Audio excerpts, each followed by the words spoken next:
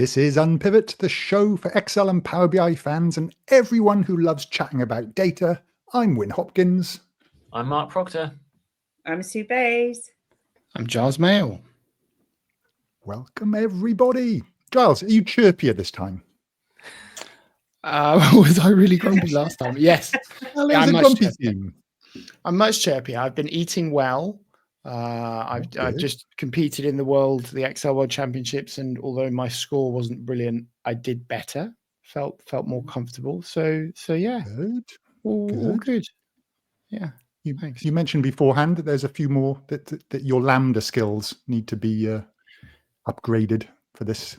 I mean, I am consciously working on them. I don't think you can actually compete towards anywhere near the top or mid-range without pre-built Lambdas. So my best Lambdas are called like Humble Mod, Humble Tech Split, because they do special things, which I thought was great. And I have to give a shout out, by the way, to Harry Siders, who was the case author for this battle, because he put a whole round.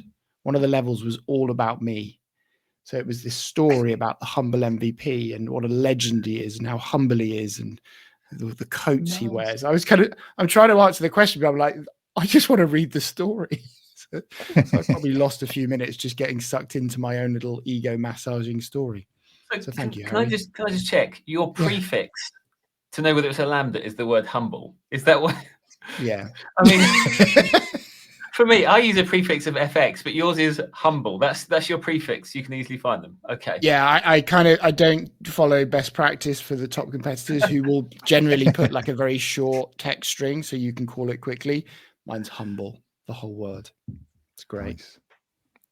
I guess when you start typing them, the whole list of humbles pop up, right? They do, yeah, exactly. So my humble mod, I'm sure you all know mod reasonably well, but there's lots of questions in the Excel World Championship that are based on like a cycle or a board game where you've got to go round the board multiple times, and mod is just crucial for that. And my humble mod has got a few extra little bells and whistles that make it easier. So I use that pretty well today. It's nice. I mean, because normally, like if you're trying to remind yourself of something, you might have to write on your hand. Like Giles, I imagine you constantly have written on the back of your hand, be humble. But now, as you work in Excel all the time, you're constantly reminded about your humility, which is just, I mean, that's what you need, isn't it? I mean, you need to remind about how humble you really are. So, yeah, I mean, of all the humble people, you are the humblest. So that is, that's just fantastic. Today's not done any favors for my level of humility, having a case written about me. That's gonna make me chirpy for at least another month. Very good. And how was everybody else doing? Oh, I also saw that Mark had done Sue's meetup group. Yeah. I didn't actually watch the session. Sorry, my bad. How'd it go? He was fabulous. He was really, really good. Loved it. Cool. Yeah. And hey, guess what? I've actually started reading Atomic Habits. Hey, Wow. nice. Thank Well done, you, everybody. Well, I say reading, audiobook. So Yeah. That's fair enough. right, good enough. And Giles, have you been for a run? I've been for a couple of runs. Yeah. So eating habits are. So I massive tangent. Sat with a good friend of mine, Rebecca, the other day. And I was saying, right, I need to eat better. And she said, the thing is, you got to do two things. You got to buy ingredients. You got to buy things where it's a single ingredient. I thought that was a good bit of advice. Don't buy things that are packaged. Like go buy single ingredient things. Yeah. That's a good cheat to make sure you're being healthy. And actually start reading the labels and look at how much of the oils and things like that are in all of your products. So yeah, a little bit better. Bit of running, better food. I think I'm not going to die before the end of the year. Oh, well done. Thank you. Congratulations. Thank you very much.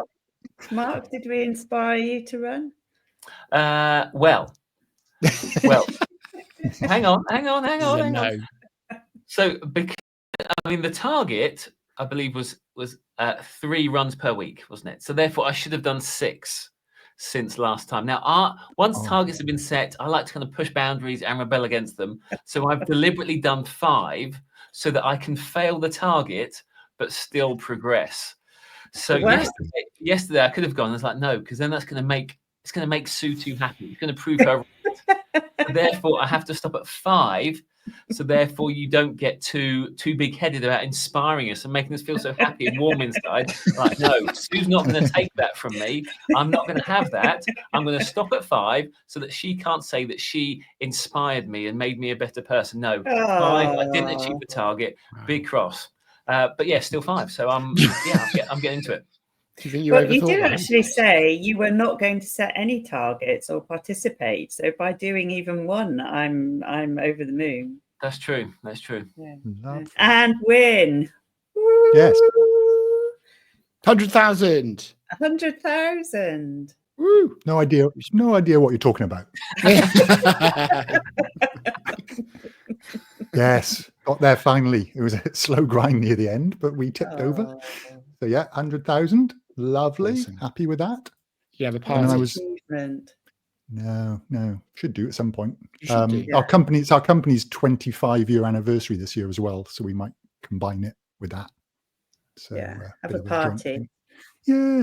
Yeah. And then I was sort of eagerly waiting for the email to come through with how do you get your hands on the silver play button? And nothing came through, and I was like, oh. And then I realized I don't actually know what email address is on the YouTube channel. And then I started having to think, well, where does everything go? And then I eventually discovered there's this Gmail address with a random email that thing's been going to for years. I've looked at it. Quite interesting. Scrolling through, seeing all this stuff. Yeah, just a random thing. And I had my first fan moment today. Somebody came up to me in the street and shook my hand and said, "Love your channel." Yeah. Wow. Very That's random. I don't know awesome. who they thought I was. Probably thought I was that other Win Hopkins guy, the one I The sent one you you guys a link sent. to. Yeah, there's another Win Hopkins who makes cakes and other things. There's children's TV and stuff. Bit random. Yeah, quite cool. I did watch his channel. He's got it's baking and Muse. So Muse the band and baking. Oh, I mean right, that yeah, is Muse. in terms of they say to niche down, but the number of Muse fans who bake, I mean that's in terms of the Venn diagram. There's probably 3 people in there, him and 2 others. But but either way, I mean there's 2 Win Hopkins. So I'm glad you picked a less. I mean, Power BI and Excel, but yet you picked a less niche topic than Muse fans who bake. Slightly broader audience. We're sort of, he's my nemesis in to some extent, because when a new social media platform pops up, we seem to always be scrabbling for Win Hopkins at, so yeah. I actually got I got a script sent to him once on Twitter. Somebody copied me in this because he used to do acting and stuff like this. So yeah. Very random. There we go. Oh, that's a major achievement. Yeah, 100,000. Pretty good. Pretty happy with that. Driven largely by like 1 or 2 videos. So Really? if 1 or 2 take off, then it's sort of. What's that experience? Maybe you've had that as well, Mark. So if you have a video that goes relatively crazy, do you just see the subscriber just off the back of that goes a bit nuts and then it levels out again? So most of mine are even if you pick a good topic, if you get a good thumbnail, if you make it a bit more salacious in terms of the title, you get a bit of a spike initially. Everything always ends up trailing off to a flat line, so you get hardly any views. So it's one of those things that you get kind of each video is then a wave, and you hope that each wave will be slightly bigger than the next. Based on my last 2 videos, my waves are getting smaller and smaller, but that's the way the algorithm goes. Sets of 6, Mark. Sets of 6. That's the surfing analogy. So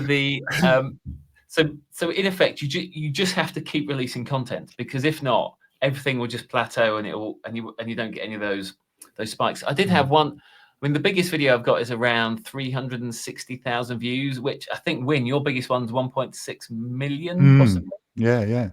That's what's driven most of my subscribers, to be honest. But then you look at some other channels, and they might have tens of millions, and like Excel channels, tens of million views on a video. So it's just around. But even that's the outlier. Even you look at Layla Garani. So she probably gets between, I don't know, 50,000 and 150,000 views per video, and so that's kind of her normal range. So I think you just got to keep putting stuff out and hope it appeals to people. The kind of content I produce, it's never going to appeal to the masses. So therefore, even if you get a video that has less views, if it helps the people who you're trying to help, then you've got to talk that to a success, no matter how many views it actually gets. Because equally, if you get a video that does really well, you get more comments, but the comments tend to be from people who don't actually understand what your channel's about, or why you do certain things. So you'd be like, oh, let's use the let function. They're like, what's this let function called? Why have you used this? Why didn't you just write the formula normally? And you have to reply to all these comments like, I've been using the let function for months. So you end up with a whole lot of people who do it. Actually, I will say that I've had some great comments in the last couple of weeks. One of them was, I'm a big fan of your channel. I watch all the time. Can you create a video of how to do this? To which you respond, you mean the video I did last week? Big fan, watch it all the time. Nice, brilliant. I'm looking at TikTok. So my not so secret is I'm entering the world of TikTok soon. So I've been doing a little bit of research on that. Emma Cheerpaw, Excel Dictionary, her top videos got 42 million views on TikTok. That's crazy, just mad. And the thing that I'm planning to do, some days I genuinely wake up at 3 a.m. in cold sweats thinking, why are you about to torpedo your entire career doing this? It's that wacky. You'll get a laugh out of it at the very least if I actually go ahead with what I'm planning, because it is really wacky. Possibly career suicide. Oh, interesting. He has to make it up, doesn't he? He knows. Like, if you just say really wacky career suicide, that's the thing that drives the views. If he says it's the most boring channel you've ever seen, no one's going to care about it. You would watch it. But now every listener to Unpivot's going to be like, what's Giles going on TikTok? That's going to drive your views up by at least 3 or 4. It will be that much. But genuinely, it is potential career suicide. So it's not even me hamming it up. It's just it might be too wacky. We'll see. You never know. What does Miles think about that? Your business partner, because obviously Miles is great. Yeah, Miles has a track record of just trusting that these wacky ideas tend to have some value to them. I might be about to test that limit severely. We shall see. We shall see. Good. I seem to remember Sue saying she was going to do a TikTok video when we had Deb on. I remember that. Yeah. Sue got very excited about it. I got very excited about it, and then I realised quite how much hard work it is to do a proper one. Yeah. There's but one of my friends has this saying, and it's you can do anything but not everything, and so I find that's quite a good way to limit my, because I just can't do everything, you know. It's so I did so I thought it was a fantastic, and it's brilliant, and I'm still struggling with thumbnails on YouTube. Yeah. I'm not going into TikTok. And also my business doesn't, you know, it's not you know, it's different. I'm not like you guys with your training video. I sort of, you know, have a smaller customer base, and I can't take on anymore and don't want to take on anymore. If you're busy enough already. Yeah. Great, more leads. No more. Yeah. Deb was giving me advice yesterday, actually, and she was basically saying, like, obviously you've got to produce good videos, but a lot of it's just consistency as well. If you're, especially on TikTok, you have to just be posting very consistently. But she, you know, I trust her advice because she's a bit of a TikTok master. Yeah. I did one on there that suddenly got 450,000 views, and I thought, right, I'm all in. Okay, all in. Next 5 videos, 100 views, 500 views, 600 views. And my one that I did the other day, you know, it's just got 10,000 on YouTube. It's got 1,000 on TikTok. just some stuff just doesn't resonate, doesn't push through. I don't know. Yeah. It's just Yeah, whatever it is. But that's interesting. The one that's got loads of views, that got nothing for a year, and all of a sudden, I don't know, just suddenly took off. So I have no idea about what makes a good one and what makes a bad one. Just no idea. interesting. The ones that are done on Fabric are getting lots of hits now. All of a sudden, lots of people searching for Fabric. What is I was Microsoft? going to say I'm staying up to date with Fabric. I haven't got time to, although I will be doing more content on Fabric just because I'm learning so much. But Okay, cool. And any news? Any other news? What's anybody seen anything? Blog posts? Anything like that? So I've got two things. First of all, I believe trim range and the trim refs feature is now generally available in Excel. So I think that's was recently announced. The other thing was a question for Giles, actually, based on a LinkedIn comment that he made, I think yesterday or the day before. Oh, are you going to talk about the quite full-on discussion I've been having with 3 or 4 people? I'm not sure. The question was, I was just talk about that too. So someone posted about VLOOKUP yesterday. Yeah, and then there was a discussion about VLOOKUP is it's a standard formula. It's there kind of, and then you made a comment about how we've got these Lambda functions and how effectively we need to test them properly because they're built by ourselves. Therefore, the level of scrutiny that we need to put into them are greater. And I thought, but Lambda is ultimately you're still using standard Excel functions, right? So therefore, and all you're really doing is just removing the values from those functions and then using them. So effectively, it's like a function with a formula with placeholders. So is it, in your mind, is Lambda really any different than just having, because you could just place those formulas on a worksheet, right? And you could have different columns. You could have all them as helper columns, but rather than as separate columns, you're just putting them all into one formula. So do you think that, I mean, there is more risk than VLOOKUP, but do you think it actually does create a huge level of risk in terms of review? Depends on the Lambda. So for context for Win and Sue, and I guess anybody listening or watching, it's a guy called Viswanathan, who's I know of him through Aditya, one of the other MVPs. A very, very clever guy, alongside people like Craig Hatmaker and Peter Bartholomew and Andrew Berkeley from F1 F9 has been chipping in. He made this post about the fact that Lambda essentially is the same as what VLOOKUP was decades ago, when people would look at VLOOKUP for the first time and go, "Oh, don't use that crazy thing. I don't understand it." And my semi pushback was like, "Hey, I kind of agree with you that it's just people need to get comfortable with it, but it's not the same sort of a black box." Because to me, if you look at the really complex Lambdas people are creating, they're really clever, but to me, they're another level of black boxness.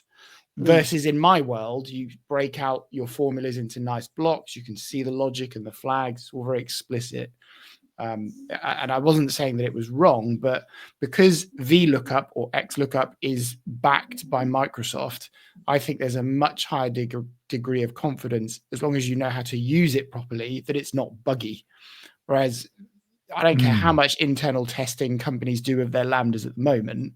I think there's a much higher chance that there will be bugs in them at the moment.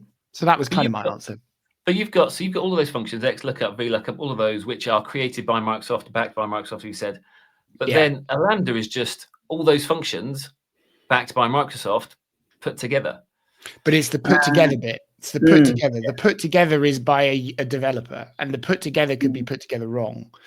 And this is happening a lot now. You've got these crazy big Lambdas that are being built for certain things, and then there are bugs being found in them, or certain situations where they don't do what you expect them to do. So I wasn't. I think it's been a really nice and respectful back and forth on that comments chat, by the way, with people that know what they're talking about. I'm just being a little bit pedantic about the comparison between a custom built Lambda and XLOOKUP, because one is built by Microsoft. Order as well, order of precedence. Yeah, sorry, Ben. No, go. Yeah, I was going to say it must be, you know, because you're doing things in a certain order, I would assume, in a Lambda. So it depends what order you do them. A bit like calculate, when you have different filters within the function. Yeah. Depends upon how you set it out. Yeah, definitely. And there's scenario you put in. Yeah, but there's a difference between, you know, if you just compare it to like a, I don't know, biro or a scan. I think you can be confident that scan does what Microsoft intends it to do, and it's not buggy, versus a genuinely custom built Lambda that's just tons of stuff being thrown in all over the place. Yeah, yeah, because you could have a simple Lambda humble lookup, right? Yeah, where you forget to put comma false in it, and it does a lookup, and you're using a Microsoft function in there, but you've used it sort of and you could just as well use a VLOOKUP incorrectly. So yeah, I don't know. It's but it's maybe easier to make mistakes. Yeah, I think so. There is an element of, you know, taking Giles's scan example. You know, scan works the way it's intended to work, but that doesn't necessarily mean that we understand how it's intended to work. I'm thinking back to so if you try and put a count into a scan function, you would expect it to return the count of cells. So go 1, 2, 3, 4, 5, 6, 7, 8, 9. What it does is returns 2 every time, because it's passing across the previous result and the current result. So every time they're the 2 values it's passing into that Lambda. It's only ever passing across the previous accumulated result and the latest result. So therefore, if you use count, it's just 2, 2, 2, 2, 2, which means you think scan does one thing, and often we, you know, with any advanced function, we don't necessarily understand exactly how it's working, and it takes time to understand what that does. So even with scan, even standard functions, if we don't really understand what they do, we can be caught out. And I think we saw this on the podcast a few weeks ago, and when you did a video about it, didn't you, about the table.skip, is that it's there. Oh yeah, with the dynamic header rows. Yeah, written down, but if we don't actually understand all those nuances, then we don't get the full benefit from those functions. MPV is a classic. MPV is a function provided by Microsoft, and I can't tell you how many people use it wrong, because it always discounts the first value in MPV. Like it's a well-known workaround, but it's the same argument. You know, it's a Microsoft built function, but if you use it the wrong way, you're going to get the wrong answer. That's why I was being a little bit pedantic of like, look, I kind of agree with you. They're all black boxes to a certain extent. People will get more comfortable with Lambdas, but I still think there's it's another layer of black boxes. Yeah. I always say to people, Excel will do whatever you tell it to do, but it won't tell you whether what you're asking it to do is the thing that you want it to do. So it does exactly. But apparently, Mark Proctor thinks that I'm not a proper Excel user. That's what he told. That's what he told my group. Get the popcorn out. What's happened? You are not a proper Excel user, Sue. Yeah, he did. It was going off on the chat, wasn't it? He said, "Well, there are 2 types of Excel users, and you're not a proper one." Oh, love it! And all your guests, you know, all your attendees aren't proper ones. Shall I give you my definition of what an Excel user is? No. Yeah. No. No. Yes. So ultimately, we're talking about Office scripts, right? So in the context of Office scripts, I've said before, Office scripts is great for non-Excel users to automate Excel. And you're like, well, why would you automate Excel if you're not an Excel user? So they're talking about the definition of what an Excel user is. For an Excel user, Excel is the everything, right? Excel is where you store data. Excel is your user interface. Excel is where you build applications. Excel is your report. Excel is everything. Therefore, everything you build out is from Excel. Therefore, you are an Excel user. And I use that term in kind of like almost like a drugs way. I'm a user. So you are an Excel user. For anyone who just views Excel's just another tool. It's a tool you could use. You might use it as part of your process. You might not. In that way, you might use Excel, but you're not an Excel user. So that was the definition that I was giving about. So therefore, Office scripts, if you're an Excel user where Excel is your everything, at the moment, Office scripts isn't. It won't match what VBA does, because in VBA you can continue for Excel to be your everything because it reaches out everywhere. But Office scripts is perfect for non-Excel users who use Excel under that definition. Yeah, I had to agree with him when he said that. But guess what I was doing with Excel today? Go on. So, as a non-Excel user, so Fabric, I've got a lovely data warehouse in Fabric. So I'm playing with T-SQL, which I'm loving. I did T-SQL a while ago, but there's a thing in BI that you push your data, you change and transform your data as far near to the source as possible, so that wherever you ingest the data from has got those transformations. And T-SQL is the tool that I use within a data warehouse, which is brilliant. But in T-SQL, so I've got my Fabric warehouse, I'm doing my T-SQL code. I can write my T-SQL code in the warehouse, and then I can select it and I can say, put it in Excel. And it opens up Excel with a query in Power Query already created and the results in Excel. And so, because I wanted to compare it to something else that I had in Excel, so I could then pull that in and shove them both into Power Query without having to put it into my warehouse. So I was really, so I'm not an Excel user though. No, because you use T-SQL, you see. That makes you not an Excel user. An Excel user would have at least copied and pasted those values into the spreadsheet first. How did that? Oh, wow. So and then color coded the cells and posted to a forum. How do I add up all red cells? Yeah. Then you're a proper Excel user. Yeah. That was really challenging. Got a long way to go, Sue. You'll get there eventually.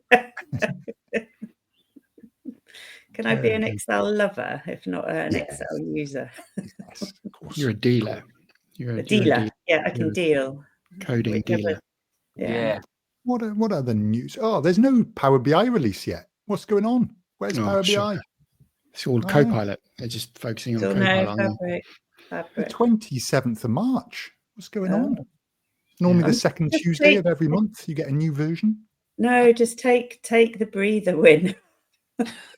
There's an argument. It's a really good point, actually. The last few months has been very quiet anyway, so we shouldn't really expect 40 updates every month for 10 years in a row. It's just insane. So we're just got wedded to them. So many in preview. You just think, for me personally, I would just say, let's just breathe for a minute. There's so much going on with Fabric and the infrastructure that. I think it'd be accepting of a messaging. Just like we're not having much of an update for a few months. I'd love that with Excel as well. I think we asked for it on a previous episode. Just give us a moment to catch up a little bit. That'd be great. Yeah. I mean, because Excel's going the same way as Power BI with the continual evolvement and changes. Yeah, it's welcome to my world. Too much to keep up with. I need to get up to speed with REGEX. That's my next thing. Got to get up to speed with REGEX because it's in things like XLOOKUP and XMatch as well, which I need to. Yeah, there's a lot. It's a nice little use case for that. So it's just if you want to do an XLOOKUP on a column of text, and you're just looking for a word within the text that you're trying to XLOOKUP on. Yeah.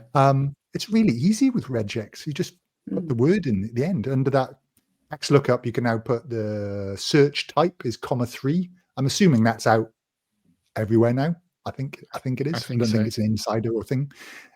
So you can do search type is bottom to top, top to bottom, something else, and then 3 is REGEX search, and then you just type in, and it just looks up for a match. Really nice. It doesn't have to be the whole cell. It just finds the match, which is great. Really simple. Loads of stuff like that, I think. But isn't in XLOOKUP isn't number 2 the wildcard search? So therefore you'd be able to do a wildcard search anyway using a word. Oh, now you've put me in a spot. Because you put your question marks or your asterisks either side of the thing that you want to look up, and then I think your search. Number 2 is a wildcard search. So I think for a specific string, yes, but I think REGEX will give you more sophistication around we're looking for X number of letters or numbers and things like that. I think Mark has just put me in my place live. So he's appropriately positioned in the top right-hand corner, looking down on us all. 100,000 subscribers, Win. What can I say? Mate, I know XLOOKUP. I know. Feel like you're going to have It put me in my place. video battle. Damn it. Right, it's on. Come on. It's on. It's on with a purse. What's the purse? Yeah. Handbags at dawn. Oh, handbags. Ah, Okay, got you. yeah.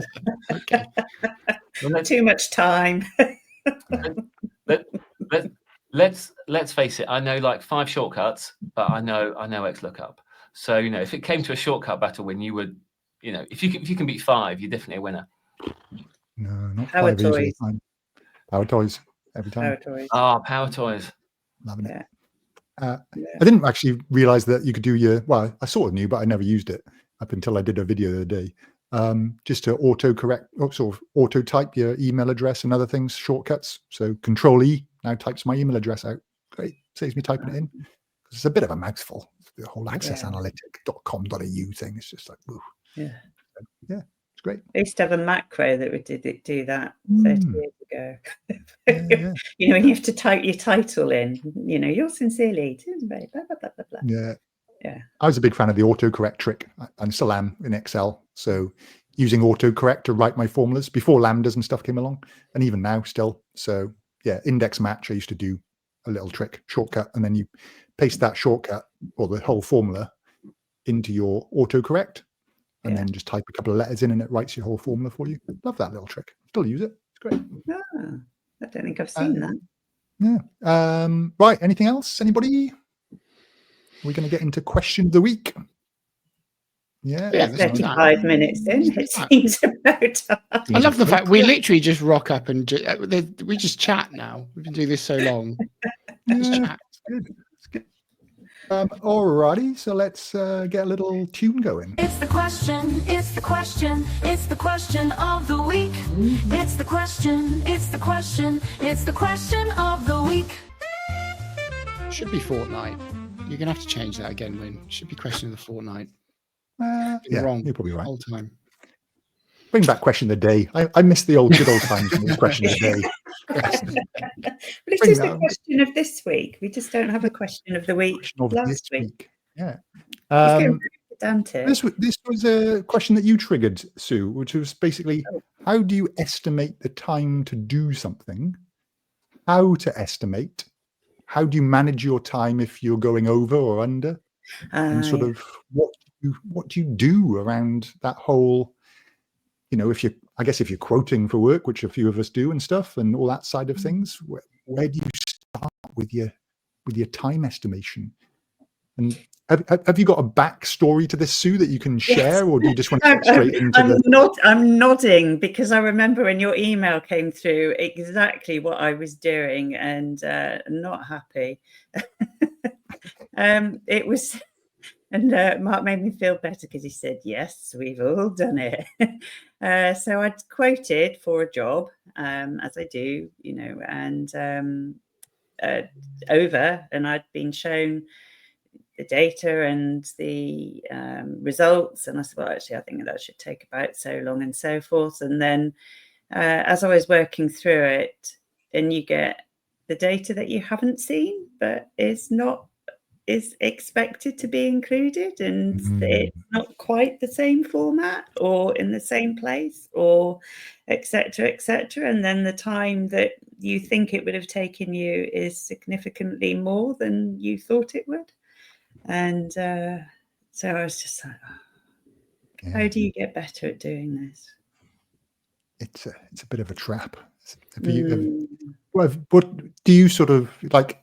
How much time do you take scoping things that new tasks, new clients? I think you tend to do quite a bit with repeat clients. Do you? Well, this is it. I do prefer probably 60% of my work is repeat clients. But this was a newish one. So and which I think can be a bit of the trap sometimes, is you don't have that sort of wavelength, you're not on the same, and they're assuming something with what they're saying. You're and they assuming don't know everything. They don't. I mean, because, and I think that's the tricky thing. They're lovely, and I've got it done and sorted, and they're happy, and more work's coming. So you almost have to suck it up a bit with someone new, because and just think, well, okay, if it's going to if I'm not going to make as much as I thought I was going to make, if it's a long-term partnership, then it's worth it in the great scheme of things. And people do laugh at me because I say I only work for people I like. So, so what I do because it's more fun that way, and you have a better relationship, and it's honest, and you respect each other. So it's not just like, it's about respect and honesty. And they didn't know, to be fair. So we put in place systems to ensure that for future reporting on this particular report, but it's legacy things. And Power BI or whatever when you start looking at data at the level of granularity that you generally have to, it's messy. It's always messy, because people don't think when they're building solutions 5-10 years ago that it's going to be pulled into Power BI or however long. And also, it's exactly as you said, people don't have the same thought process that you would have as a data analyst. So when I'm, one of my existing clients, I'm doing some work for them, and they've added something in without checking with me, which is very rude. But it's added this huge level of complexity, which they wouldn't have even thought about, because they don't think in the way that my brain thinks. So, but if you've got so it is really tricky. So it'd be interesting to know how you do that. I mean, as I get to know the businesses more, then you can understand better what they're asking for and how they're asking for it and what they want to achieve, and you can have a more of a conversation. But for new clients, it can be challenging. Definitely. I might chip in just to kick things off. So, been a consultant for 18 years now. Yeah. So coming from a couple of the banks in the UK and various other places where I was just building stuff for myself. I remember sort of doing my first couple of quotes, and you just haven't got a clue, right? You just haven't got a clue how long something's going to take you. And you think, oh, I could probably smash that out in a week, and you just quote exactly how long you think it would take you to build it yourself for yourself. This was how I started off. And it's never that long. It's always twice as long as that, because it's a client. You've got to build it robustly. The data and stuff is going to be, sort of all over the place, and, in a different way to what you're expecting. But also it is the ability to build for somebody else that can't just quickly fix it up themselves. When you're building it for yourself, you go, that's wrong, I'll just change that. That's wrong. You've got to hand this, charge people money for it. So it's got to be sort of client proof. So people are going to break things. So that was a big lift. It was like, however quick you think you can build it, it's probably going to take you twice as long. Yeah. And then just that sort of really getting into as much scoping and even as possible.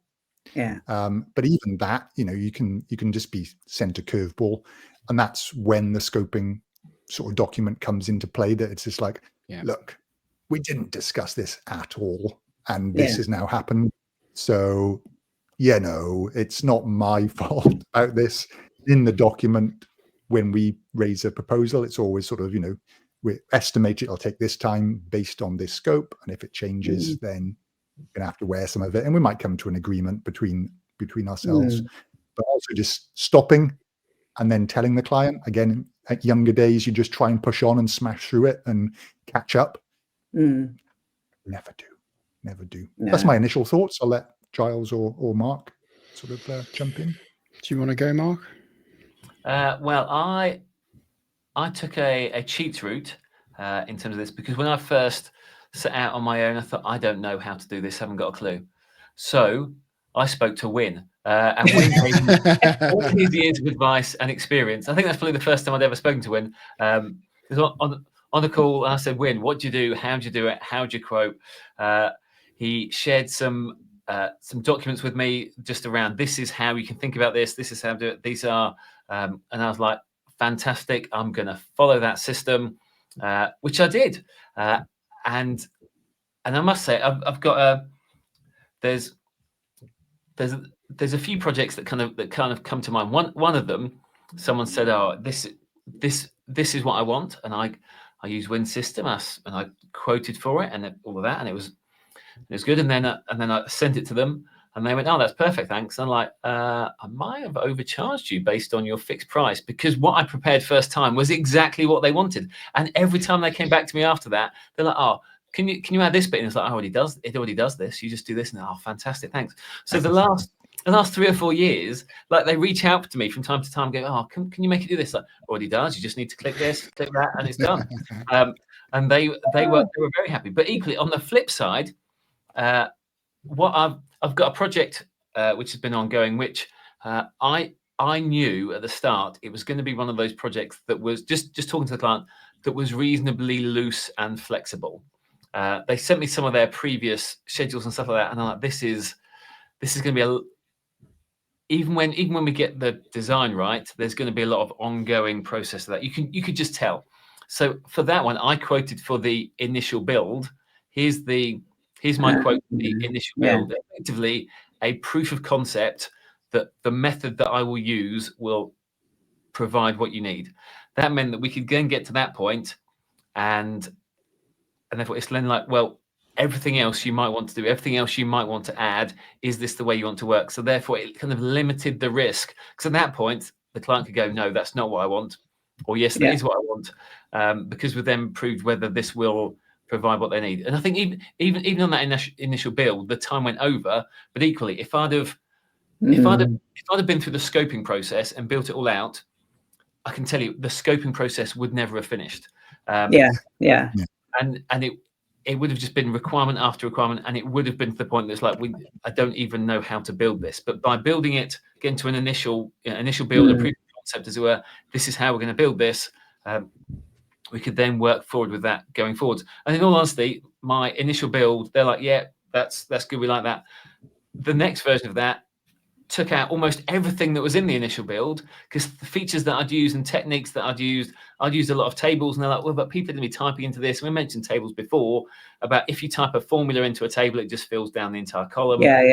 It's too risky, etc., etc. So therefore, I mean, I ended up rebuilding the whole thing. But equally, it's you got, there's that IT piece around where things happen in sprints and stages, and you've got to get to each sprint and deliver the next piece, rather than trying to quote for the whole piece and deliver it, because some projects are just too big. Now, I would just picking on something that Sue said a few moments ago about her client going into. I'll give you this story. It's not entirely related. Sue said about her client making changes, and that then impacting her. So I was talking to somebody, a Power BI consultant, who a bit like Sue, goes into businesses and provides services, and the client just they phoned them up and said, "The Power BI report's broken. It doesn't work anymore." And he's like, "Okay, let's have a look." So he goes in there and has a look, and he's like, "What's going on here? What's all these changes?" He goes, "Oh yeah, we changed our year end. We didn't think it'd impact any of the reports." And he's like, "It impacts everything. Everything. It impacts every single thing that we've done. What is the last year comparison? What even is last year? How do time periods work? We've got to understand what all of these things now mean. We've got to have all these discussions around what's a year, what's not a year, what's last year, what's budget, all these things. It changes absolutely everything. And we didn't think it'd impact you." So yeah, there's, there you go. That was a particular horror story that I put my head in my hands. I'm like, man, I'm glad that wasn't me. I've had a fairly recent one where it was I was, a good few days into a project, and I got a message or an email type thing and saying, "Just thought we'd mention it, that the structure of all the data is going to change. Is that going to impact you at all?" Possibly. Yeah. So it does happen. What's your thoughts, Giles? So I don't do any proper model consultancy build work now, because full stack a lot of what I do is sort of B2B team management and training. But when I did do it, I remember in the early days, it was a real psychological battle to be like, "Oh my God, am I actually going to quote this number for a day rate?" Which in retrospect was really low, but at the time, coming from an employed role, felt outrageously high. So there's that whole journey of going from a starting number to what my number is now, which is a lot higher. And even the advice I was getting from various people, friends and colleagues, was don't put so much of the flexibility in the client's hands, not in like a negative way, but we used to do like half an hour timesheet slots. And in the end, it was like, you should really be only pushing yourself out in half-day blocks, which I never quite got to, but I loved the idea of like, look, if you want me, you can't just say, all right, we're going to meet at jump on Zoom at 5:30 on a Tuesday evening for half an hour, and then you work out your pro rata rate. Like, you got to try and protect yourself a little bit so that the value is there for you giving up your time. So I think that's where I would have ended up. I think I would have ended up even probably pushing more for sort of retainer based deals. I think that's where my head would have gone. But yeah, the only stuff that we quote for now outside of memberships is when I'm going to Copenhagen in May to do some training, and Vienna to do some live financial modeling training, which we quote for. Okay. Yeah, because the it's not necessarily even just for consultants and things as well. It's like you're working in a company and your boss asks you how long something's going to take. And it's sort of quite an open question, right? It's just, you know, what do you say? And I think you sort of sometimes you don't sort of say how long it's going to take. This was my experience in my much younger years, was that somebody more senior would ask me to do something and I just go and do it. I had and they didn't know it was going to take me 3 days to do. So I just take 3 days and build it, and then I'd send it to them. They go, "Oh, yeah, I sort of don't really need that now, thanks." And they didn't realize it was going to. They just thought it was a click of a button, especially if it's something techie you're doing, and they're not techie people, right? So that was an early learning. Just let people know. Oh, can we just change that in the budget model? We can, but it'll probably take 2 days. Oh, don't bother then. Literally, that happens all the time. It's just like, I say, well, how much do you want it? Do you want it for, you know, to do that? It's going to take this length. You can have it. I'm happy to give it to you, but do you want me to spend that amount of time doing it? It's not that important, really. Yeah, there's also a challenge occasionally. Don't have it. I haven't had it for years, but clients who think they know how to do it better than you, yet they're paying you to do it. That can be quite a challenge. Also had somebody once, I give them a quote and they said, I can do that in 2-3 days. I quoted them 3 weeks to build a financial model. And it was like, I can probably knock that up in 2 days. I could knock up a crap one in 2 days, was my response. No, I didn't actually say that to them. But right, you can knock something up in a couple of days for yourself, but do it, document it, make sure it works, test it, all the other things, that was genuinely what you just described was one of the biggest flags to Sue's point of working with people you like. Whenever we used to get inquiries, this was before full stack consulting for financial modeling.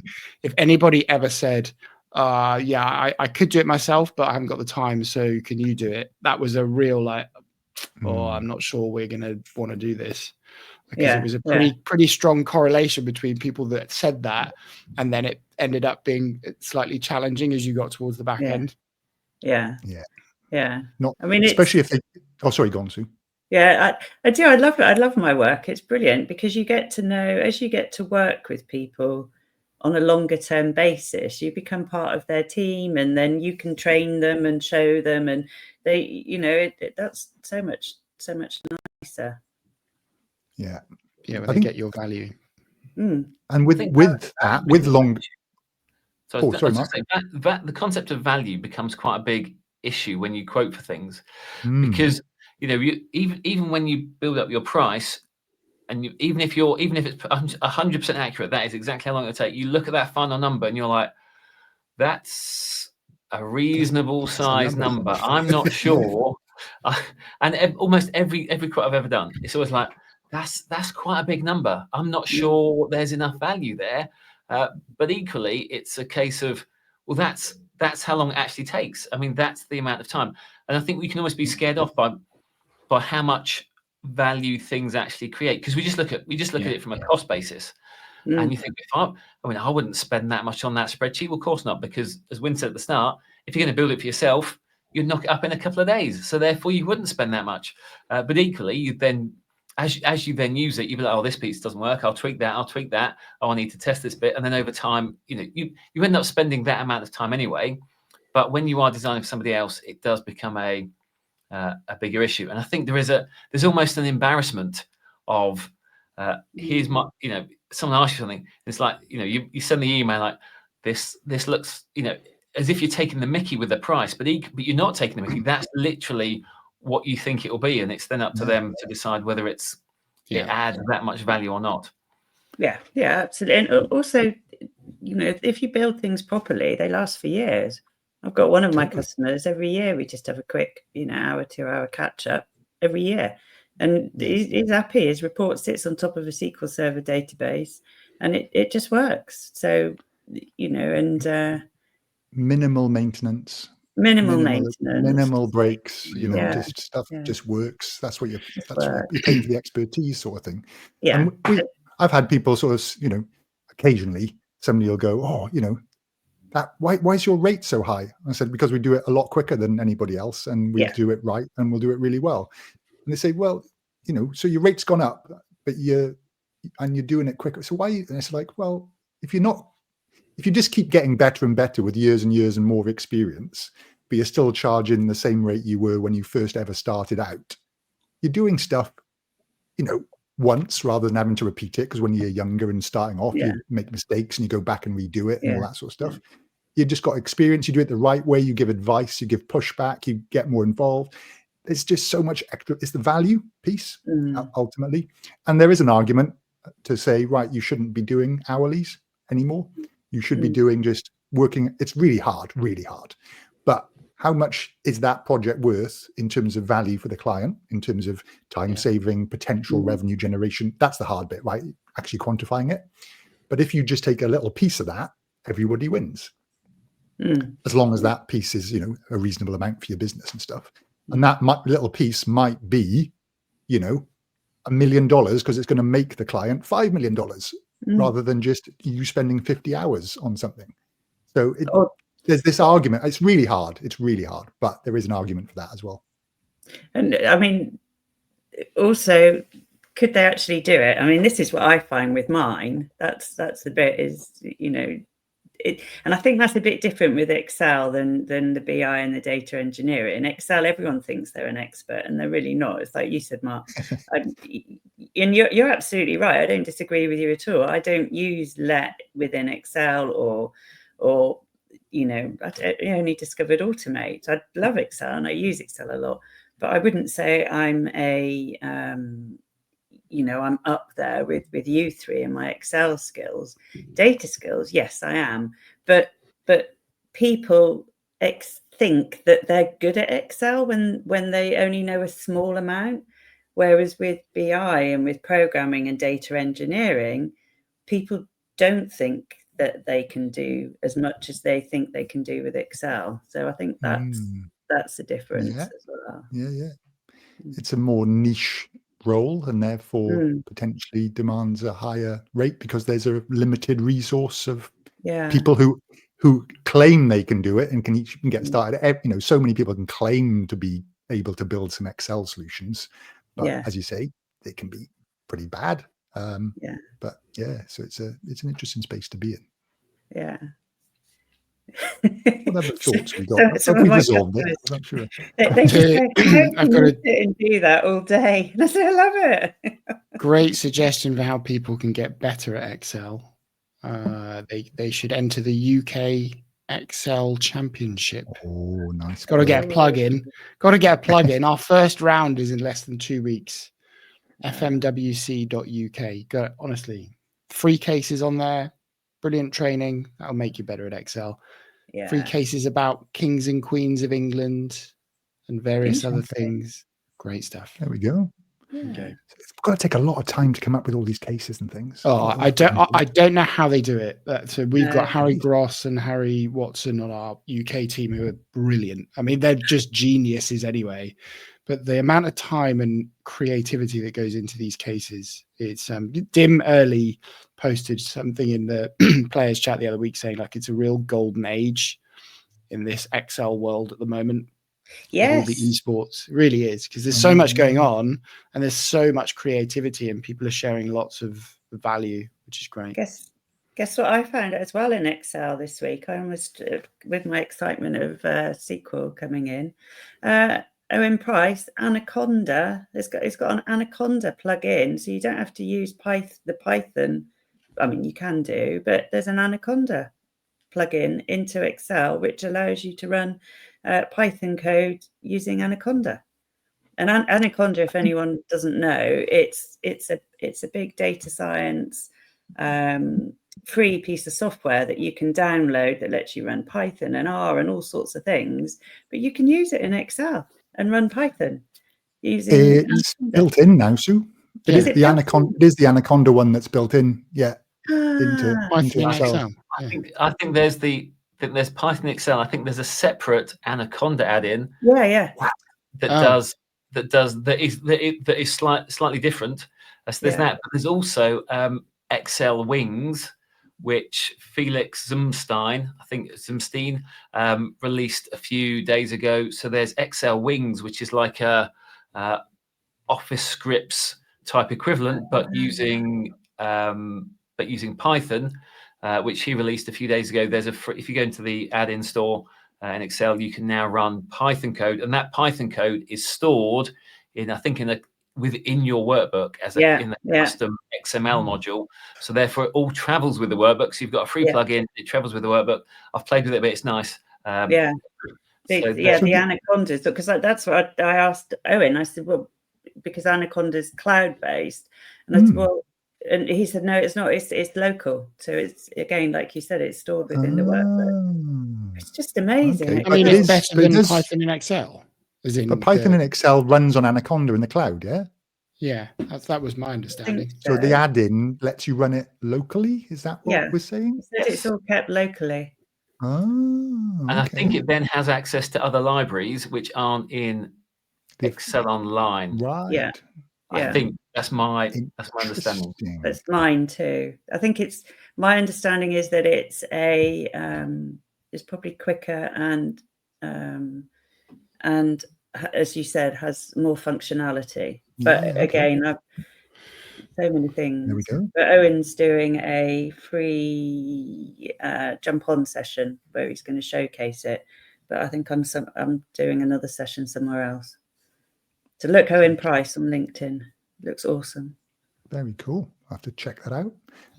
And anything else just to wrap up? Anything else happening in the next couple of weeks? We're going to have a live stream soon. It might be 2 weeks. It might be great. After that. We haven't quite organized it yet, but soon. So we'll try and do a live stream. We'll let people know about that one. If you've got any topics about live streams, anybody that's listening about live stream chat, we'll ask the same question on LinkedIn and various other places. So let us know. Probably on the LinkedIn channel is the best place to contact us. You've got to bring Ken in soon. Ken will find me and start swearing at me again if we don't find Ken Pulse and bring him on. Okay. We're struggling with time zones, aren't we? Got to bring him on. Come up in this corner when I'm not here. Can I just say, so when at the Global Excel Summit, I was talking to somebody about the Unpivot show. They were asking about how we set it up and everything else. So they've now set up their own podcast in Hungarian, which is a similar format to Unpivot. I think it's called Let's Talk VLOOKUP or something like that. Let's talk VLOOKUP. VLOOKUP. Like just let it get. It's okay. You can let it. It's in Hungarian. Oh dear. Trigger me. Dear. Well, they couldn't call it Unpivot, could they? Couldn't call it Unpivot. No. That's like franchise now. They have to give us a if anybody wants to set up an Unpivot USA or Unpivot Europe or Germany or Britain, then let us know. Well, you can't do Britain. This is Britain and Australia. We've got those covered off. You're not allowed, even though we nicked it from the Pivot podcast, didn't we? No. No. Unpivot other columns. Did we not do that? No. Okay. No, of course not. Cool. It's good. Right, let's wrap it up. I'm going to go and have my dinner. So thank you everybody for listening. Please leave a little 5-star review or whatever, and share this with folks and let other people know the channel is steadily growing and the podcast and YouTube views. It's great. Fantastic. Have a great day, everyone. Yes. Yep, and we'll catch you all later. All Thank right. you. Bye-bye. Thanks, folks. Bye. Bye.